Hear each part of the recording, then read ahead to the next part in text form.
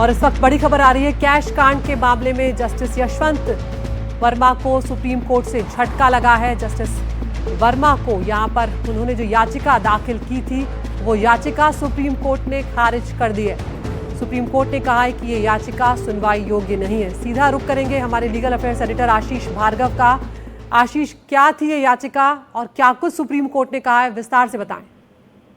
जी देखिए, बहुत बड़ा झटका जस्टिस यशवंत वर्मा को है, जो फिलहाल इलाहाबाद हाई कोर्ट के जज हैं। उन्होंने सुप्रीम कोर्ट में जो सीजीआई उस समय संजीव खन्ना थे, उन्होंने जो इन हाउस प्रक्रिया की थी, इन हाउस जांच कराई थी, 3 जजों की कमेटी बनाई थी, उस कमेटी ने एक रिपोर्ट दी थी और उनको दोषी ठहराया था कि उनके घर में जो पैसा मिला कहीं ना कहीं सीधे तौर पर उसके लिए वो जिम्मेदार हैं। और इस रिपोर्ट इन हाउस कमेटी की रिपोर्ट के आधार पर सीजीआई संजीव खन्ना ने प्रधानमंत्री और राष्ट्रपति को उनको हटाने की प्रक्रिया करने की सिफारिश की थी। इन तमाम चीजों को चैलेंज किया था जस्टिस यशवंत वर्मा ने।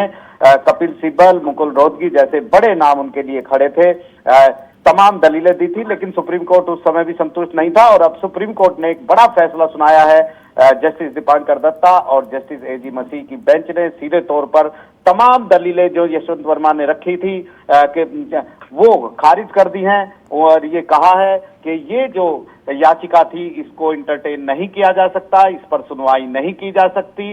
उनका जो आचरण पूरे इस केस में रहा है वो भरोसे लायक नहीं है।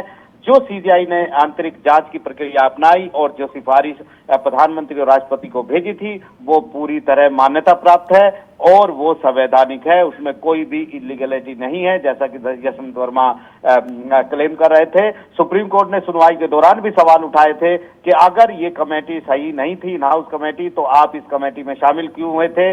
आप इस कमेटी में आपको जाना नहीं चाहिए था, उस कमेटी के समन को आपको चुनौती देनी चाहिए थी। ये तमाम बड़ी बातें सुप्रीम कोर्ट ने उस समय भी कही थी और अब अपने फैसले में बड़ा झटका यशवंत वर्मा को दिया है। यशवंत वर्मा की मुश्किलें एक कदम और अब आगे बढ़ गई हैं और जैसा कि हमें बताया गया है कि जल्द ही पार्लियामेंट में भी उनके खिलाफ हटाने की प्रक्रिया में कुछ कदम उठाया जाएगा, तो निश्चित तौर पर वो रास्ता अब साफ हो गया है। जी, बहुत बहुत शुक्रिया आशीष इस तमाम जानकारी के लिए। तो महाभियोग का जो प्रक्रिया रहेगी वो अब उनके खिलाफ आगे बढ़ जाएगी, उसका रास्ता साफ हो गया है। जस्टिस वर्मा की जो याचिका थी उसे सुप्रीम कोर्ट ने खारिज कर दिया है।